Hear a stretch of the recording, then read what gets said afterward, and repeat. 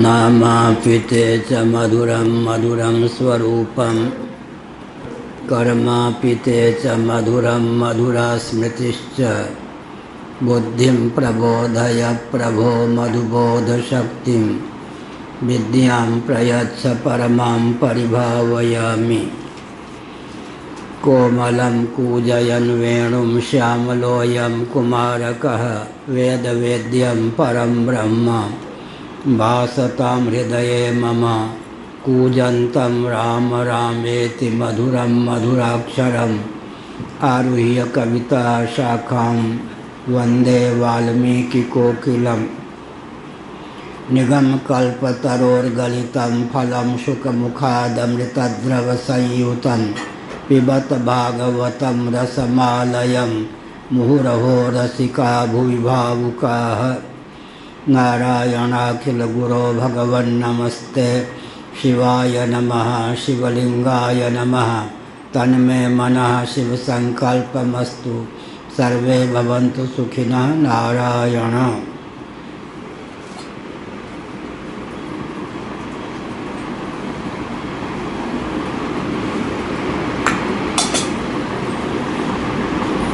ब्रह्मसूत्र 217 सूत्र और भाष्य पृष्ठ 554।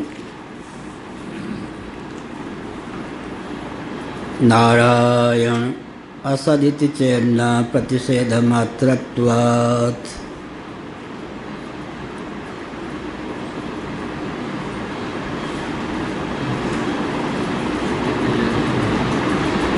नारायण कारण और कार्य को लेकर विवेचन चल रहा है।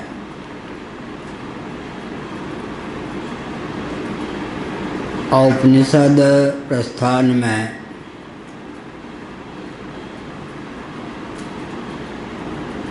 सच्चिदानंद स्वरूप मायोपाधिक सर्वेश्वर को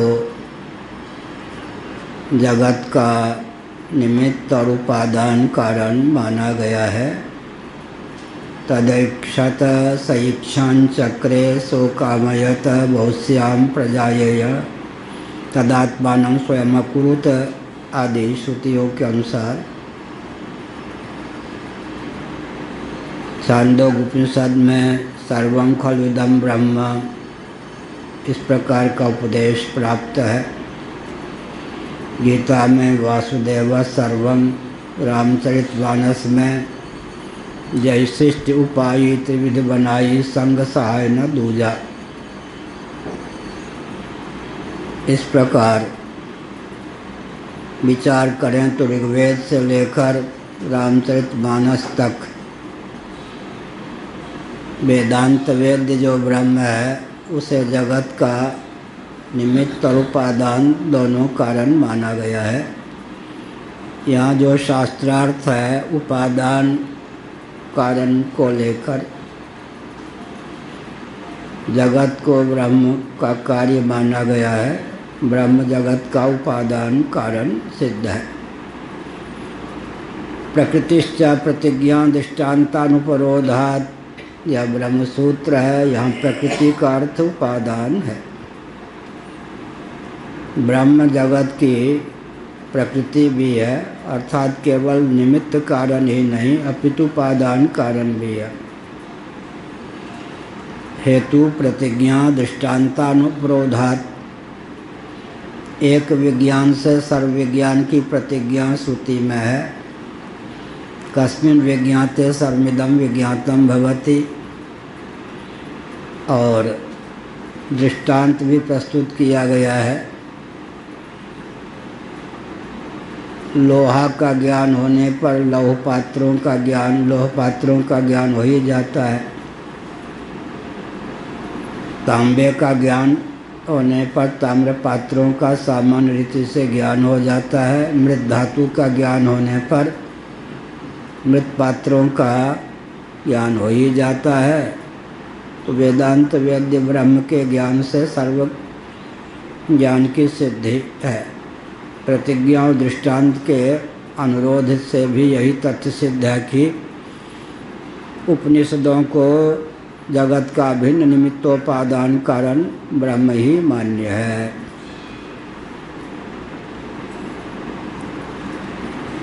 सांख्यवादी जो हैं वे प्रकृति को जगत का उपादान कारण मानते हैं। उनके यहाँ एक विज्ञान से सर्वविज्ञान की प्रतिज्ञा चरितार्थ हो यह संभव नहीं है, जबकि वे श्रुति को मानते हैं प्रमाण।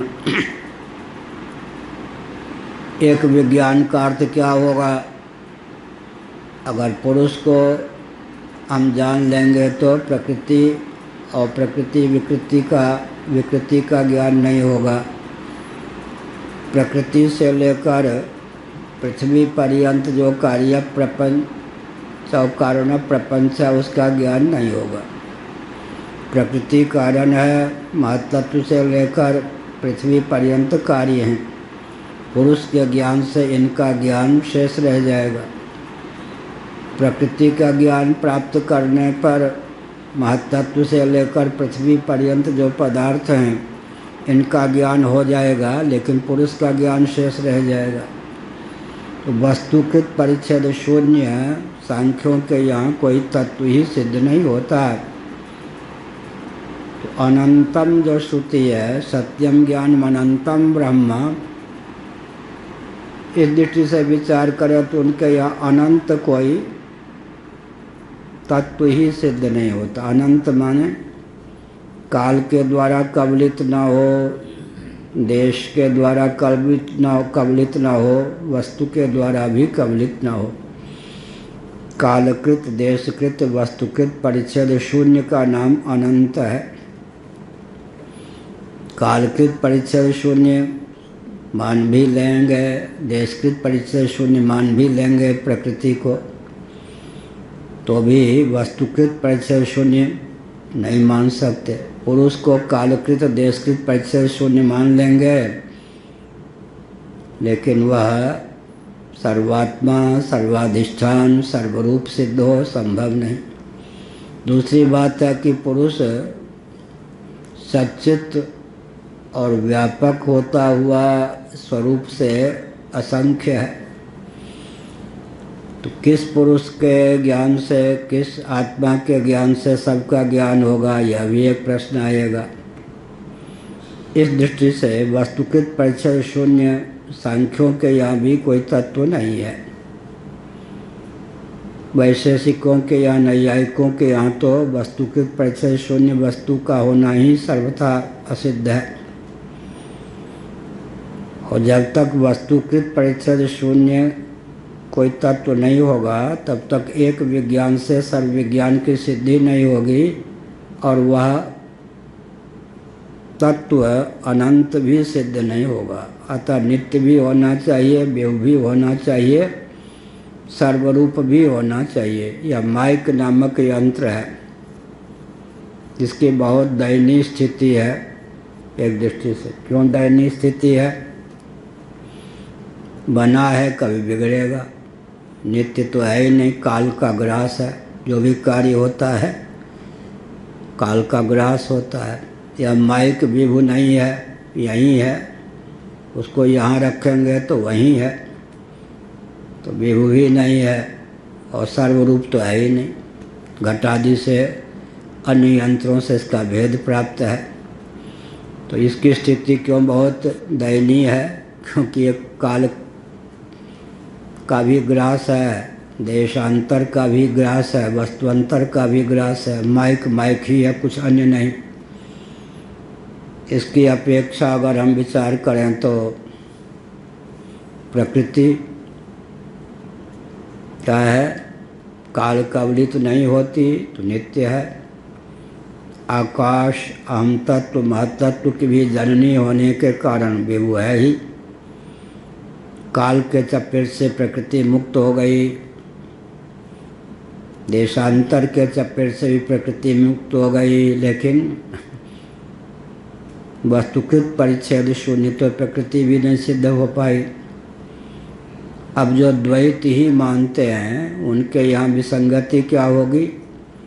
वस्तुकृत परिच्छेद शून्य कोई तत्व ही सिद्ध नहीं होगा। उपनिषदों को प्रमाण भी माना, लेकिन द्वैत भी परमार्थ दृष्टि से सत्य मान लिया, पारमार्थिक द्वैत मान लिया, तब क्या होगा? वस्तुकृत परिच्छेद शून्य एक ज्ञान से सर्वविज्ञान की बात उनके मत में सधेगी नहीं। इसलिए क्या होगा फिर? सर्वज्ञता की सिद्धि नहीं होगी। यह सर्वज्ञ सर्वित, भगवान सर्वज्ञ भी हैं, सर्वित भी हैं। इसका अर्थ क्या हुआ? सामान्य और विशेष दोनों रूपों से सबको जानते हैं, लेकिन तत्वज्ञ जो होता है सामान्य रीति से सबको जान लेता है। एक परमात्मा तत्व का, आत्म तत्व का ज्ञान होने पर उसकी दृष्टि क्या होती है? आत्मा अमुक अमुक हेतु के कारण सच्चिदानंद स्वरूप है। सच्चिदानंद स्वरूप होने के कारण ब्रह्म के लक्षण से आत्मा का लक्षण एक सिद्ध है, अतः ब्रह्म स्वरूप है। आत्मा स्वरूप ब्रह्म में, ब्रह्म स्वरूप आत्मा में प्रकृति सहित प्रपंच अध्यस्त है। सर्वथा अद्वय आत्म तत्व है। अध्यस्त को लेकर अधिष्ठान में सद्वितीयत्व की प्राप्ति नहीं होती है। जैसे कि सुषुप्ति में सद्वितीयत्व की प्राप्ति नहीं होती। सोने वालों के लिए दृष्टांत, तो सोने वाला सुनेगा कैसे? इसका अर्थ क्या हुआ? असदिति चे न प्रतिषेध मात्रत्वात्। अब यहाँ एक विकट समस्या है। जगत का उपादान हमने सच्चिदानंद स्वरूप मायोपाधिक ब्रह्म को माना। जहाँ मायोपाधिकता की बात गौण है, ब्रह्म की बात मुख्य है। अब ब्रह्म जो कि सच्चिदानंद स्वरूप है, वो जगत का उपादान कारण है। अब जगत तो क्या है? अनित्य भी है, अशुद्ध भी है। जो कार्य होगा वह अशुद्ध होगा ही। क्या है? कार्य होगा तो अशुद्ध होगा ही। शंकराचार्य महाभाग ने केनादि उपनिषदों के भाष्य में लिखा है कि कार्य की अपेक्षा जो उपादान कारण होता है, परोवरीय क्रम से विचार करने पर वो क्या होता है? कार्य की अपेक्षा नित्य होगा, विभू भी होगा, प्रत्यक माने अंतरंग अभ्यंतर भी होगा, निर्विशेष भी होगा, शुद्ध भी होगा। इतने लक्षण चलते चलेंगे। कार्य की अपेक्षा कारण की क्या विशेषता होगी? कारण माने उपादान कारण। कार्य की अपेक्षा उपादान कारण नित्य होगा। तांबे के लोटे की अपेक्षा ताम्र धातु नित्य है ही। घटादि की अपेक्षा मृत्तिका नित्य है ही। पृथ्वी की अपेक्षा जल नित्य है ही। कारण की पहले विद्यमानता रहेगी तब तो कार्योत्पत्ति होगी। तो कार्य की अपेक्षा कारण क्या होगा? नित्य होगा। फिर विभू भी होगा। और फिर क्या होगा? प्रत्यक माने अंतरंग भी होगा। फिर क्या होगा? सन्निकट निर्विशेष भी होगा। सन्निकट निर्विशेष भी होगा। विभुता भी होगी, निर्विशेषता भी होगी, प्रत्यक रूपता भी होगी। इस दृष्टि से विचार करने पर पृथ्वी की अपेक्षा जल, जल की अपेक्षा तेज, तेज की अपेक्षा वायु, वायु की अपेक्षा आकाश, आकाश की अपेक्षा अव्यक्त सन्निकट निर्विशेष है। सर्वथा निर्विशेष जो है आत्म तत्व है। आत्मा को या ब्रह्म को ही जगत का उपादान कारण मान के चला गया। लेकिन जगत कार्य होने के कारण जड़ भी है, अशुद्ध भी है। महाप्रलय की दशा में जगत की उत्पत्ति के पूर्व फिर वहाँ तो जड़ की अर्थात अचेतन की, अशुद्ध की पहुँच नहीं है, तो जगत का सर्वथा भाव ही सिद्ध हो जाएगा। इसका अर्थ क्या हुआ? कार्य कारण में किंचित भी वैलक्षण न हो तो कार्य कारण भाव की सिद्धि नहीं होगी। सर्वथा एक रूपता होने पर, ऐक्य होने पर क्या होगा? कार्य कारण की मीमांसा नहीं बनेगी। कौन कारण कौन कार्य? मिट्टी और घट में कुछ तो विलक्षणता मानेंगे, जल और पृथ्वी में कुछ विलक्षणता मानेंगे ही। इस प्रकार से सर्वथा भेद भी नहीं और सर्वथा अभेद भी नहीं। सर्वथा भेद भी ना हो, सर्वथा भेद भी ना हो तो क्या होगा? किस खाने में जाकर, किस कक्षा में जाकर उपकारी बैठेगा? अनिर्वचनीय। न सर्वथा कारण रूप ही है, कुछ विलक्षणता है तब कार्य है, और स्वतंत्र सत्य नहीं है। कारणातिरिक्त स्वतंत्र सत्य नहीं है तो न सत्य कहते बनता, न असत कहते बनता है। एक रकम से, एक प्रकार से सत्य, एक प्रकार से असत, अर्थात अनिर्वचनीयत्व है। अब जो सत्कार्यवादी होते हैं, असत्कार्यवादी होते हैं, असत कारणवादी होते हैं, ये सब प्रभेद चलता है।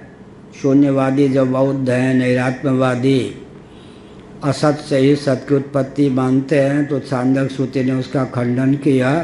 कथम असतः सज्जायेत, 6वां अध्याय। असत से सत्य की उत्पत्ति कैसे हो सकती है? असत कारणवाद सिद्ध नहीं होता। अब सत्कार्यवाद, कार्य की उत्पत्ति के पूर्व ही कार्य की विद्यमानता कारण में रहती है। सांख्य मानते हैं क्या? सत्कार्यवाद। वेदांती भी बहुत दूर तक सत्कार्यवादी अपने को मानकर ही काम चलाते हैं। पूज्य गुरुदेव मेरठ दंडी आश्रम में थे, किसी कारण से जानबूझकर वे एक दिन विलम्ब से आए, मुझको एक दिन पहले भेज दिया।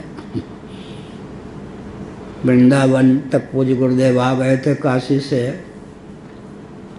दर्शन में ठहरे थे। मैं दर्शन करने गया तो उन्होंने कहा, सुनो मेरी आज्ञा है तुम पहले मेरठ पहुंच जाओ, मैं एक दिन बाद आऊँगा। हमने कहा जो आज्ञा। फिर कहा कारण है, श्री कृष्ण बोधाश्रम जी ब्रह्मलीन की प्रतिमा वो लोग स्थापित कर रहे हैं, तो हम ही को अनावरण करने के लिए बुलाया है। अब वो सब, उन सब का स्तर ऐसा है कि मैं अगर कहूँ कि उचित नहीं है यह, महापुरुष की प्रतिमा, भगवान की प्रतिमा की प्रतिष्ठा हो सकती है, महापुरुष आदि नेता आदि की नहीं। तो उन लोगों को बात समझ में नहीं आएगी, कुछ और ही चिंतन करेंगे। लेकिन सिद्धांत का लोभ भी ना हो। तुम जाकर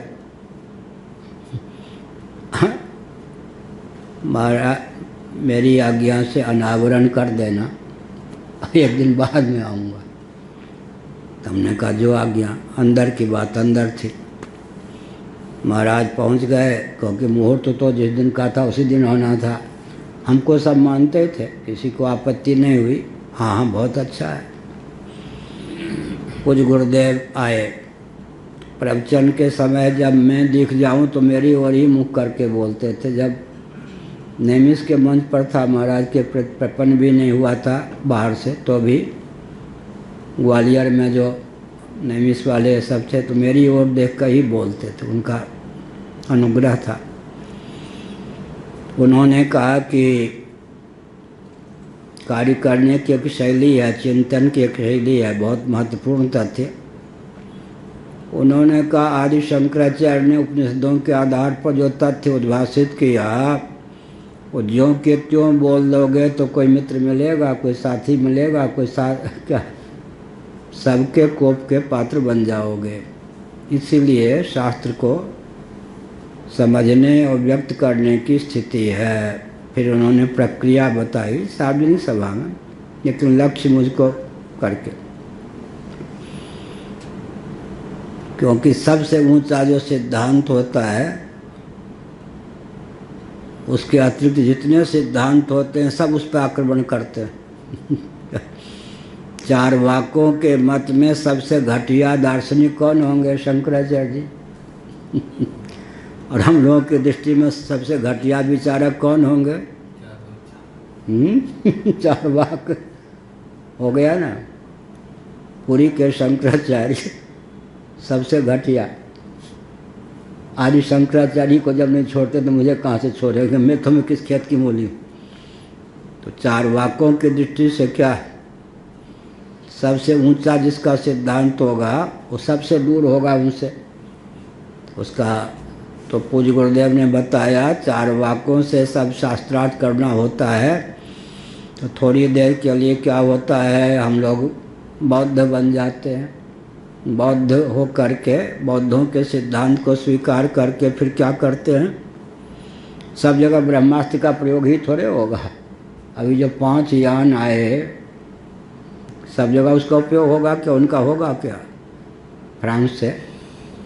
इसी प्रकार से अब बौद्धों से शास्त्रकार करना हो तो नैरात्यवाद के खंडन में जैन का पक्ष ठीक है, नैरात्यवादी तो नहीं ही हैं। उसके आगे फिर वैशेषिक नैयायिक आ जाएंगे। हमको नैयायिक वैशेषिक का एक प्रकार से रूप धारण करके उनका निराकरण करना होगा। नैयायिक वैशेषिकों के पक्ष का निराकरण करने के लिए हमको सांख्यवादी सत्कार्यवादी बनना होगा। और सांख्यों का निराकरण जब करना होगा तो साक्षात फिर प्रधान मल्ल हमारे सामने सांख्य आएगा, तब हम अपना पक्ष रखकर सांख्यों के पक्ष का निराकरण करेंगे। यह एक क्रम है। क्या? यह एक क्रम है। इस क्रम को जो नहीं मानेगा, नग्न सत्य, चरम सत्य को सब जगह बोलता जाएगा तो उसका साथ कौन देगा? सबके सब विरोधी हो जाएंगे। जो सबसे ऊंचा सिद्धांत को मानता है उसको तो सर्वोच्च कहने वाले बहुत कम होते हैं, सबसे घटिया कहने वाले ही अधिक होते हैं। ऐसे ही अब वैष्णवों में भी द्वैत प्रधान अद्वैत कौन मानते हैं? श्री रामानुजाचार्य महाभाग। तो मध्व संप्रदाय की अपेक्षा किंचित द्वैत को तो मानते हैं ना। श्री रामानुजाचार्य द्वैत प्रधान अद्वैत मानते हैं। निम्बार्काचार्य जी द्वैत अद्वैत को तुल्य बल मानते हैं। ये वैश्य वृत्ति है, बहुत बढ़िया। निम्बार्काचार्य वैश्य नहीं थे, मुझे मालूम है, बहुत आस्था है। वैश्य वृत्ति मतलब भाई हम तो अक्षरशः श्रुति के पक्षधर हैं। क्या? अमुक अमुक श्रुतियाँ द्वैत का वर्णन करती हैं, अमुक अमुक श्रुति अद्वैत के भी हमारे लिए तो दोनों प्रणम्य हैं, दोनों स्वीकार्य हैं। तो द्वैत अद्वैत में किसका पक्ष प्रबल, किसका पक्ष दुर्बल, यानी तुल्य बल। ये बढ़िया हो गया। क्या? निम्बार्क मत हो गया। अब वल्लभाचार्य तो कहेंगे विशुद्ध अद्वैत ही लेकिन ब्रह्म का परिणाम मान करके विशुद्ध अद्वैत। तो वैष्णवाचार्यों में हमारे सन्निकट कौन हुए? सर श्री वल्लभाचार्य जी। उधर प्राचीनों की दृष्टि से कश्मीरी शैव अभिनव गुप्त पाद आदि ने जो पक्ष रखा बिल्कुल अद्वैत है, लेकिन ब्रह्म का परिणाम जगत है, उसको मानेंगे हम लोग। उनसे साक्षात विचार विमर्श होगा तो फिर हम अपना पक्ष ब्रह्म का विवर्त जगत है इसको प्रस्तुत करेंगे। तो महाप्रलय में जगत इस समय जिस रूप में परिलक्षित है, अनित्य होकर, विकारी होकर, अशुद्ध होकर, जो मैंने बताया, भगवान शंकराचार्य ने तत्वों का अनुशीलन करने पर, कार्य कारण भाव का अनुशीलन करने पर भी सत्य सहिष्णुता की क्रमिक अभिव्यक्ति होती है, इस तथ्य को ख्यापित किया। क्या क्या नियम निर्धारित किया? केन उपनिषद आदि का अध्ययन करें तो भाष्यकार कार्य की अपेक्षा कारण, जैसे कि पृथ्वी की अपेक्षा जल सन्निकट निर्विशेष है। फिर क्या है? सन्निकट निर्विशेष है। उसके बाद क्या है? प्रत्यक है, अंतरंग है। उसके बाद क्या है? शुद्ध भी है। कारण में शुद्धि होती है। अच्छा, अब आप शौचाचार में भी यही है। मलमूत्र से हाथ लिप्त हो गया मान लीजिए, तो क्या करेंगे? मिट्टी का आलम्बन लेंगे वो शुद्ध मान करके। मिट्टी हाथ में लगा लेंगे तो धोएंगे किससे? जल से धोएंगे। इसी प्रकार से यहाँ अगर 5 क्विंटल चावल को भात का रूप दे दिया जाए, कोई कौवा करके एक जगह चोंच मार दे तो उतना चावल हटा दो, सब दूषित नहीं हुए। और इतने ही चावल है उसमें चोंच मार दे तो ये भी एक सब है। इसका मतलब हुआ क्या? कार्य की अपेक्षा कारण में प्रत्यग रूपता, अंतरंग अभ्यंतरता की सिद्धि होगी, सन्निकट निर्विशेषता की सिद्धि होगी। फिर क्या होगी? शुद्धता की सिद्धि होगी। फिर विभुता की सिद्धि होगी। अपंचीकृत पंच महाभूत को लेकर विचार करेंगे तो पृथ्वी की अपेक्षा 10 गुना अधिक क्षेत्रफल किसका होगा?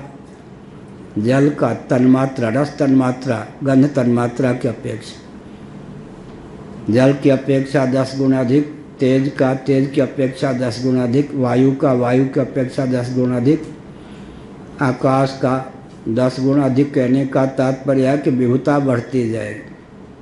हम लोग तो यहाँ बहुत दिनों से हैं पुरी में। कई बार ऐसी घटनाएं घटी कि मंदिर, जगन्नाथ मंदिर में भोग बन गया, एकाएक किसी के हाथ पैर में लग गया, रक्त गिर गया या कुछ हो गया, अब वो अपना प्रसाद फेंक दिया या गड्ढे में गाड़ देते हैं। इतना सारा का सारा नुकसान एक तरफ आप कह रहे हैं कि चोट मार दी, इतना हिस्सा। अब वो है कि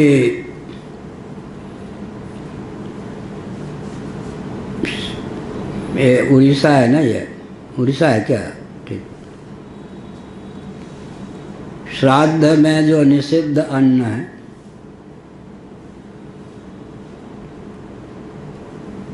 वो यहाँ की विधवा उनका सेवन नहीं करती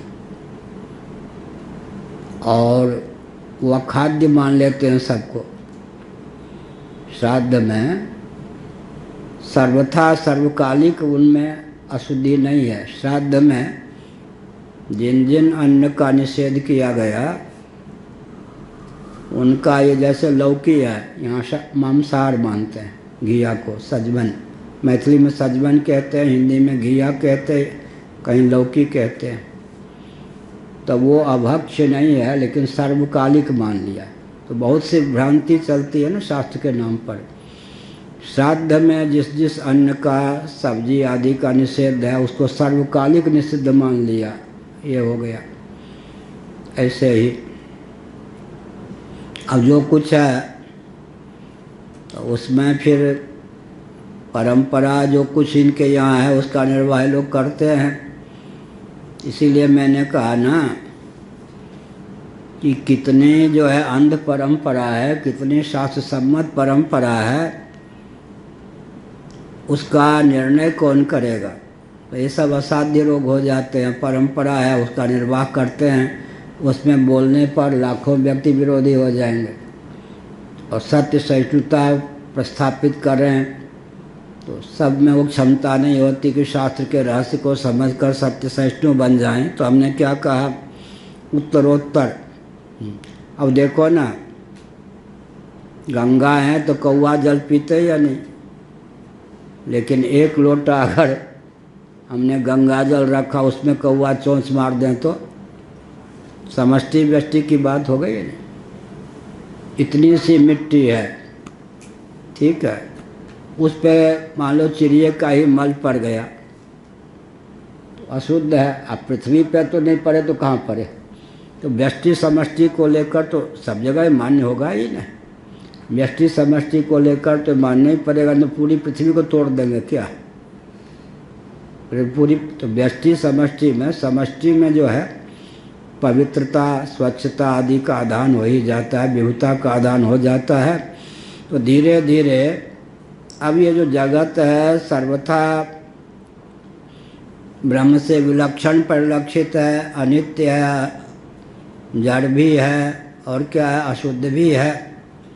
और महाप्रलय में फिर इसका सर्वथा अभाव मान लेंगे। उस समय तो सदैव सौम्य दमग्र आसीत एकमेवाद्वितीयम्, तो जगत का सर्वथा अभाव ही सिद्ध हो जाएगा। असत इति चेत् न प्रतिषेध मात्रत्वात्, तो अधिष्ठानावशेष ही कल्पित का नाश होता है, उपादानावशेष ही उपादेय का नाश माना जाता है। बम्बई में चातुर्मास कर रहे थे पूज्य महाराज पूर्वाचार्य महाभाग पदासीन, तो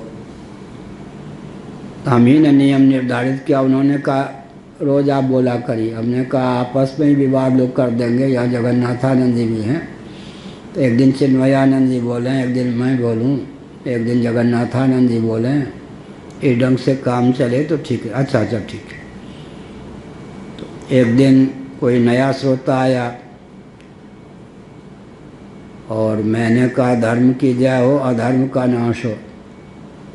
ठीक ही है। उसने सोचा कि दुबला पतला सबसे कमज़ोर यही है। प्रवचन करके जब दुबंजला पे ठहरा था, आया मेरे पीछे भूत के समान लग गया, अधर्म का नाश हो, अधर्म का नाश हो, अधर्म का नाश हो, अधर्म का नाश हो। तो हम समझ गए रजनीश का ही चेला होगा। रजनीश जी को अधर्म का नाश हो ये सुन के ही आग लग जाती थी। अधर्म बड़ा प्यारा था। मैंने प्रवचन ही उनका सुना है फिरोजाबाद में, ऐसा नहीं कि ना सुना हो। उनके प्रवचन का खंडन करने के लिए मुझे ही नहीं मिस वालों ने फिर खराबी किया था, मैं तो बच्चा ही था फिर भी। तो ये नाश हो क्या कहते, अधर्म से द्वेष है। तो हमने कहा सुनो, सुखबोध आश्रम जी भी हमारे पास थे, साथ में थे, बहुत सरल थे महात्मा। वो भी पाठ में सम्मिलित होते थे, प्रवचन में सम्मिलित होते थे, दिग्गज विद्वान होने पर भी। तो हमने कहा कि नाश का अर्थ जानना चाहते हो? हाँ। तो हमने कहा चारवाक दर्शन के अनुसार बताऊं, बौद्ध दर्शन के अनुसार बताऊं, जैन दर्शन के अनुसार बताऊं, वैशेषिक दर्शन के अनुसार बताऊं, न्याय दर्शन के अनुसार बताऊं, सांख्य दर्शन के अनुसार बताऊं, योग दर्शन के अनुसार बताऊं, या वेदांत दर्शन के अनुसार बताऊं, या वैष्णव सिद्धांत के अनुसार बताऊं नाश का अर्थ? कांपने लगे। इतने प्रकार से बता सकता हूँ। अच्छा क्षमा कीजिए, मैं तो नरवर का पढ़ा हुआ ब्राह्मण हूँ। हमने कहा रजनीश जी के अनुयायी हो गए? हाँ रजनीश जी का अनुयायी। नरवर के पढ़े हो? किन गुरु जी से पढ़े हो? बांके बिहारी पंडित जी। हमने कहा तुम्हारे गुरु को जिन्होंने पढ़ाया वो मेरे पास हैं, साथ में हैं, हम लोग यहाँ, चलो तुम्हें मिलाते हैं। हमने कहा ये कह रहा था, उन्होंने रगड़ डाला फिर कि सुखबोध आश्रम जी। क्या अर्थ हुआ? ये जो है जगत महाप्रलय में स्वरूप से, यानी जैसा जगत का रूप व्यावहारिक दशा में है उस रूप से न रहने पर भी क्या है, उपादेय, उस रूप में न रहने पर भी उपादान रूप से शेष रहता है। कार्य प्रपंच महाप्रलय में क्या है, सत्संज्ञक ब्रह्म रूप से सच्चिदानंद रूप से शेष रहता है। प्रतिषेध मात्रत्वात्, प्रतिषिद्ध के न होने पर भी प्रतिषेध का ये उदाहरण है। क्या प्रतिषिद्ध के, जगत सर्वथा विलुप्त नहीं होता, लेकिन असत इति चेत न प्रतिषेध मात्रत्वात्, बहुत सूक्ष्म अर्थ है इसका। इस समय जिस रूप में जगत परिलक्षित होता है उस रूप में नहीं रहता, लेकिन जगत ही नहीं रहता ये नहीं कह सकते, तब तो असत ही सिद्ध हो जाएगा। कथमस्त असत जायेत, असत कार्यवाद में क्या होता है, कारण में उत्पत्ति के पूर्व कार्य का अभाव। सत्कार्य का अर्थ होता है कारण में कार्य उत्पत्ति के पूर्व कारण भावापन्न होकर स्थित रहे, वो सत्कार्यवाद है। अनिर्वचनीयता की सिद्धि के लिए पहले हमको सत्कार्यवाद को मानना पड़ता है। सत्य सहिष्णुता की कमी का अभिव्यक्ति का मैंने उदाहरण दिया। जो हमारा वास्तविक पक्ष है उसको ज्यों के त्यों सब जगह रखेंगे तो क्या कहेंगे? विक्षिप्त पागल ही कहेंगे ना। अगर हम लोगों को जो ज्ञान प्राप्त है गुरुओं की कृपा से, देवताओं की कृपा से, समाज में बोल रहे हैं तो लोग कहेंगे पागल हैं। क्या कहेंगे? तुम्हारी शादी कब हुई रामू? तो 5 महीने पहले। ठीक। तुम तो यहाँ पत्नी घर में है, यहाँ प्रवचन सुनने आ गए। तुम्हारी पत्नी तो मर गई भाई। वो गाली देगा, मारने के लिए दौड़ेगा क्या? होगा या नहीं? विक्षिप्त हैं ये, पागल हैं क्या? पत्नी तो मर गई, कैसे मर गई? अच्छा, कितने बेटे तुम्हारे हैं? 3 बेटे हैं। अच्छा, तो इस समय तो नहीं दिखते, वो घर में है, खेल कूद कर रहे हैं, पढ़ाई, वो तो मर गए। अब पागले कहेंगे ना, बात सच्ची है। अब श्रोता जो है हम यंत्र से सुन रहे हैं, क्या विचित्र ही बात सुन रहे। तो जो ज्ञान हम लोगों को प्राप्त है, ज्यों के त्यों अपने स्तर से बोल दें तो रोटी भी नहीं खो दे, सब तो पागल कह के क्या क्या तंग करें। बात सच्ची है। सच्ची कैसे है? उदाहरण दे दें। एक जागृत का उदाहरण देते हैं, एक स्वप्न का उदाहरण देते हैं। हम रास्ते में जा रहे थे, बिल्कुल किनारे एक सर्प हमको दिखाई पड़ा। वस्तु स्थिति क्या थी? रस्सी सर्प के रूप में दिखाई पड़ी। ठीक है, हमने सोचा बेचारा सोया हुआ है, हमको कुछ तंग नहीं करता, हम क्यों इसको मरवावें, क्यों चीखें। अपना किनारे से चले गए, सोया हुआ है, वो अपनी जगह है, हम अपनी जगह। अब 1 घंटे बाद लौटे, अरे तब से ये सर्प यहीं है, सोए हुआ है। अब यहाँ थोड़ा विचार करें। दृष्टि सृष्टिवाद, सृष्टि दृष्टिवाद एक अलग है, दृष्टि सृष्टिवाद अलग। जिस समय हम यात्रा कर रहे थे, इधर से जा रहे थे, उस समय हमने रस्सी को सर्प समझा, तो तत्काल वो सर्प उत्पन्न हुआ या नहीं? भ्रम भी होता है, वस्तु के बिना भ्रम कैसे होगा? भ्रांति का जो विषय है उसकी तत्काल अनिर्वचनीय उत्पत्ति मानी जाती है। जिस क्षण हमने रस्सी में सर्प देखा उसी क्षण सर्प था, या आगे पीछे भी? फिर 1 घंटे बाद लौट के आए, तब जो हमने कहा वह तब से सोया हुआ है। अरे अब जो रस्सी को सर्प समझा है वो सर्प वही है का जो 1 घंटे पहले था? ये हुआ या नहीं? जिस क्षण व्यक्ति बेटे का दर्शन करता उसी समय बेटा होता, आगे पीछे नहीं। अब वो मारने दौड़ेंगे या नहीं सब? क्या मारने दौड़ेंगे या नहीं? इसलिए जितना सत्य का वेदांत प्रस्थान के अनुसार हम लोग को बोध प्राप्त है, इसमें तो सदवा स्त्री भी दिन में कितने बार विधवा होती होगी पता नहीं। और एकादश स्कंद भागवत में लिखा है, मृत्यु और जन्म की विचित्र परिभाषा दी गई है भाव जगत में।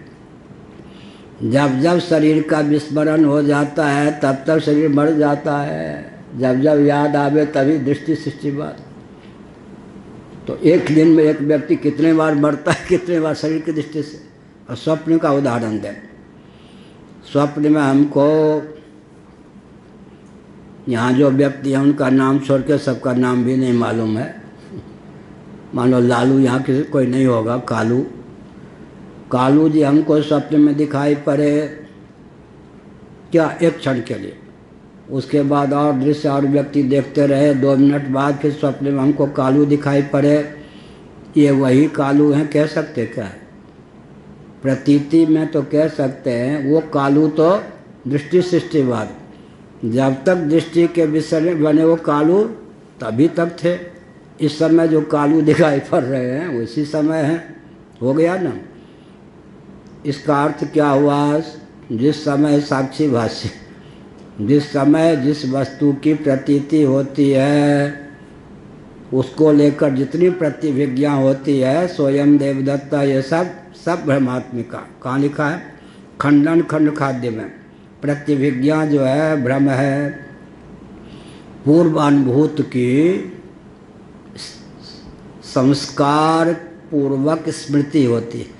पूर्वानुभूत का अंतःकरण में संस्कार बना, अभिव्यंजक संस्थान सामग्री के प्रस्तुत होने पर स्मृति बन गई। स्मृति बन गई ना, तब का स्वयं देवदत्ता है। अब विचित्र बात है, श्रीमद् भागवत 11 स्कंध है, यह वही जल की धारा है, यह वही दीप कलिका है। भ्रम भी है, प्रमा भी है। सामान्य रीति से प्रमा है, स्वयं क्या है? भ्रम है। 5 मिनट पहले जिस जलधारा को देखा 5 मिनट बाद वही जलधारा है। पता नहीं कितने किलोमीटर या कितने फरलांगों जलधारा चली गई। या वही व्यक्ति है। साम्य को लेकर प्रतिविज्ञा होती है। 2 क्षण पहले जो देवदत्त का शरीर था, 2 क्षण में किंचित परिवर्तन हुआ या नहीं? प्रतिक्षण सावयव जो पदार्थ हैं उनमें प्रतिक्षण परिवर्तन होता है या नहीं? स्वयं भागवत में कहा यह वही पुमान है, मनुष्य है, ऐसा यही वही जलधारा है, यह वही दीप कलिका है। अरे 1 क्षण पहले जो दीप की लपट दिखाई पड़ी लो, वो अभी समय थोड़े है, वो तो समाप्त हो गई। सावयव वस्तु को लेकर क्या प्रतिविज्ञा नहीं हो सकती, क्योंकि प्रतिक्षण उसमें परिवर्तन है। 2 क्षण पहले जो निश्चलानंद थे, अब अभी खत्म हो गए वो। अरे मैं 2 क्षण पहले था, अब मैं थोड़े हूँ। 2 क्षण पहले जो आपको वचन दिया था मैं वही हूँ क्या? तो कह 1 नंबर का झूठ बोलते क्या अर्थ हुआ? तो सत्य जो है, परम सत्य दार्शनिक धरातल पर वो गुप्त रखने योग्य है। सब जगह प्रकट करेंगे तो विप्लव हो जाएगा, व्यवहार में भी विस्फोट होगा, व्यक्ति पागल ही कहेंगे। इसलिए कहा अब उससे भी ऊंची चीज है। हम बोले थे वहाँ पर, कहा आनंद वृंदावन, वामदेव जी को बहुत आश्चर्य लगा। स्वामी वामदेव महाराज पूज्यपाद, हमने कहा जहाँ सावयव वस्तु और व्यक्ति को लेकर प्रतिविज्ञा नहीं होती है, वहाँ पर भगवद विग्रह को लेकर भी प्रतिविज्ञा नहीं होती। किनका चिंतन है ये? पूज्यपाद गुरुदेव धर्म सम्राट करपाती जी महाराज। क्या ये दूसरा पक्ष? बहुत वामदेव जी महाराज तो पहली बार सुने थे, हमारे मुख से लोटपोट हो गए। फिर जब लोटपोट हो जाते थे या कहीं लगता था गलत बोल गए, अपने कमरे में ले जाते थे, किस ढंग से बोले सिद्ध कीजिए, या कैसे बोले, अद्भुत चीज़ कहाँ से ले आए ये। तो फिर क्या हुआ? पूज्य गुरुदेव कहते थे सनकादि पहुँच गए, कहाँ? अमुक जगह, वहाँ भगवान श्रीमन नारायण के महात्म्य का श्रवण किया। इतनी त्वरा हुई कि नारायण भगवान के दर्शन के लिए आ गए। भगवान अंतर्यामी ठहरे, कौन? विष्णु जी। उन्होंने सोचा कि अपने में मैंने क्षत्रियत्व का आरोप किया है, इनमें ब्राह्मणत्व है, अगवानी के लिए जाना चाहिए। ब्राह्मण देवता आए हैं लेकिन नहीं जाना चाहिए, क्योंकि जिज्ञासु बन के आए।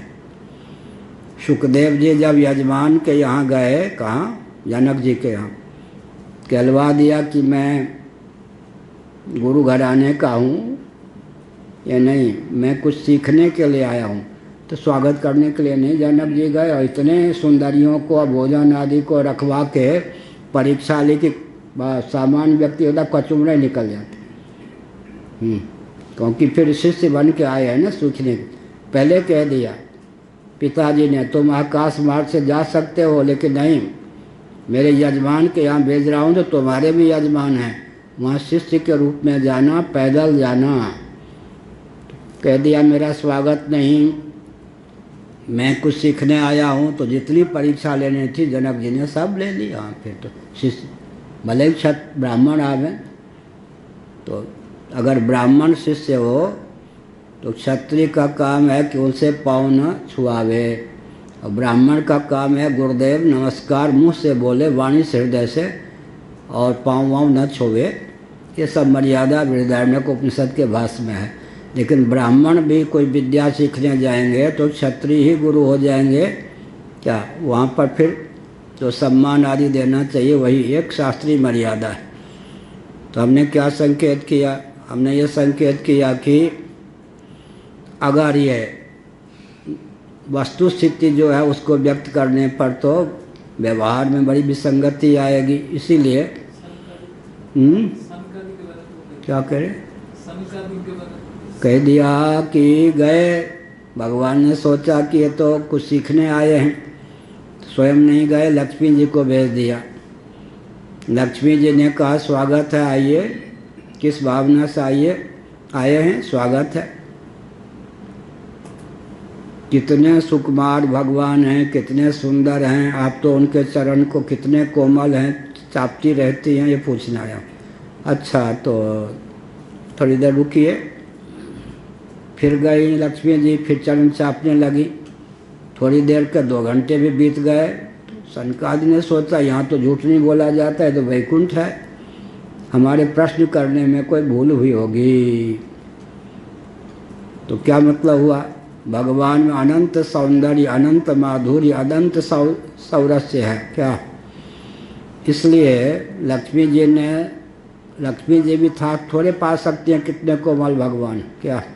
जैसे आत्मा आनंद स्वरूप है, तो ब्रह्मा जी ही क्यों ना हो, उनके चित्त में वो क्षमता है कि जितना आनंद स्वरूप ब्रह्म तत्व है उसको सब व्यक्त कर लें क्या?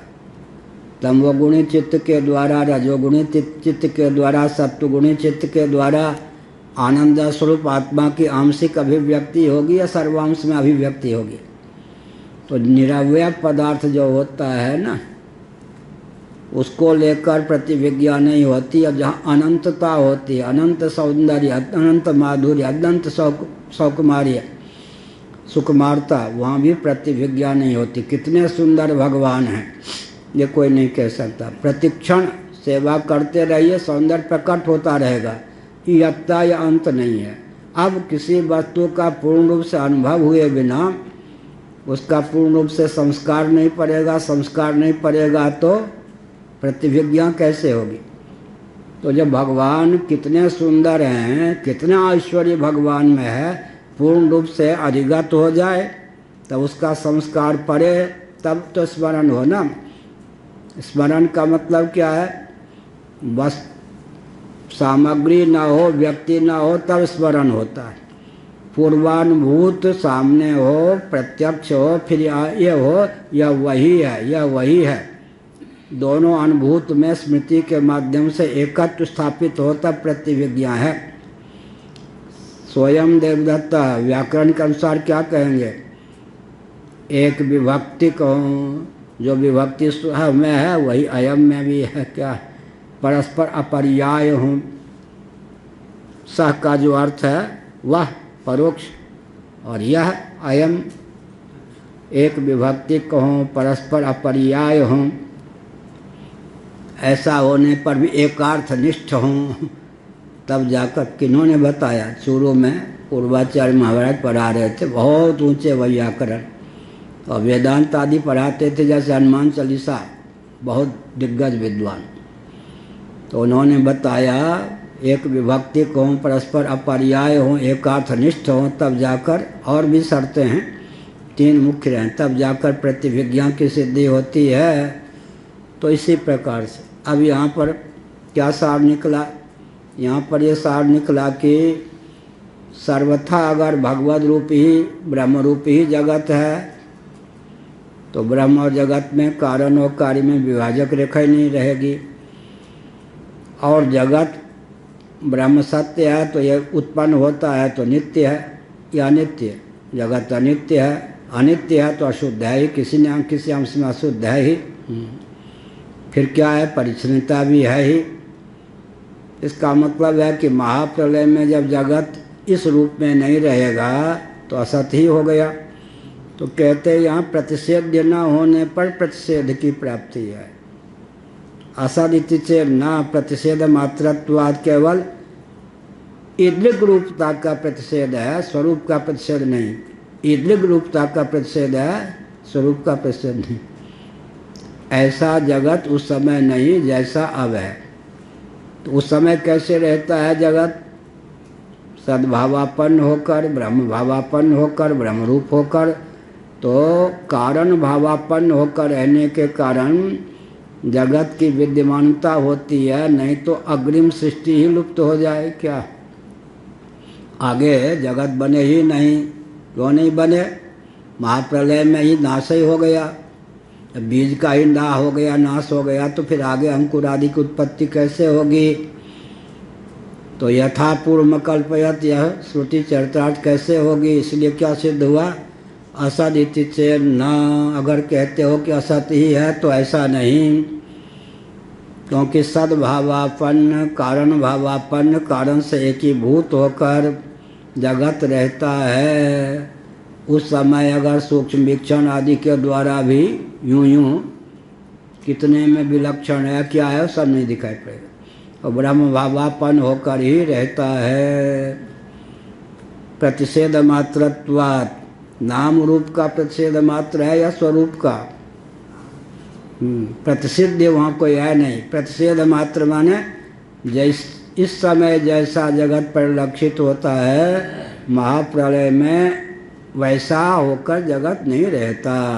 अर्थात सर्वथा ब्रह्म होकर, ब्रह्मभूत होकर, अर्थात ब्रह्म स्वरूप होकर, अर्थात कारण भावापन्न होकर ही रहता है। हुआ? 1 घंटा लग गया सूत्र का अर्थ करने में। प्रयास रहता है कि सुगम करके बोले, नहीं तो हनुमान चालीसा की ओर की शैली में कहें तो फिर समझ में नहीं आए। ओम पूर्णमदः पूर्णमिदं पूर्णात् पूर्णमुदच्यते पूर्णस्य पूर्णमादाय पूर्णमेवावशिष्यते। ओम शांति शांति शांति।